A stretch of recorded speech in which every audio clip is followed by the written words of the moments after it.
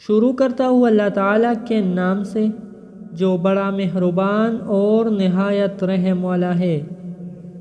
حضرت ابو سعید خدری رضی اللہ تعالیٰ عنہ فرماتے ہیں کہ ایک دن کا ذکر ہے کہ حضور صلی اللہ علیہ وسلم مسجد میں تشریف لائے۔ وہاں ایک انصاری حضرت ابو امامہ رضی اللہ تعالیٰ عنہ بیٹھے تھے۔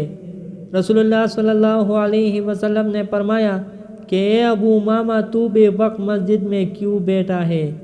عرض کیا یا رسول اللہ صلی اللہ علیہ وسلم طرح طرح کے رنج و غم ہے اور لوگوں کے قرض میرے پیچھے چمٹے ہوئے ہیں۔ فرمایا میں تجھے ایسے چند کلمے بتائے دیتا ہوں کہ ان کے پڑھنے سے اللہ تعالیٰ تیرا رنج و غم دور کر دے گا اور قرض ادا کر دے گا۔ تو صبح و شام یوں کہا کر اللہم انی اعوذ بک من الہم والحزن واعوذ بک من العجز والکسل واعوذ بک من الجبن والبخل واعوذ بک من غلبۃ الدین وقہر الرجال۔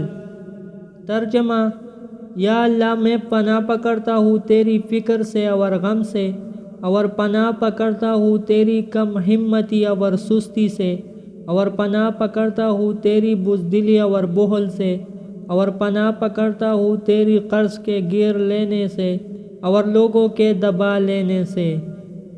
حضرت ابو امامہ رضی اللہ تعالیٰ عنہ فرماتے ہیں کہ میں نے چند ہی روز ان کلمات کو پڑھنے پایا تھا کہ اللہ تعالیٰ نے میرا رنج و غم دور فرما دیا اور قرض بھی ادا کر دیا۔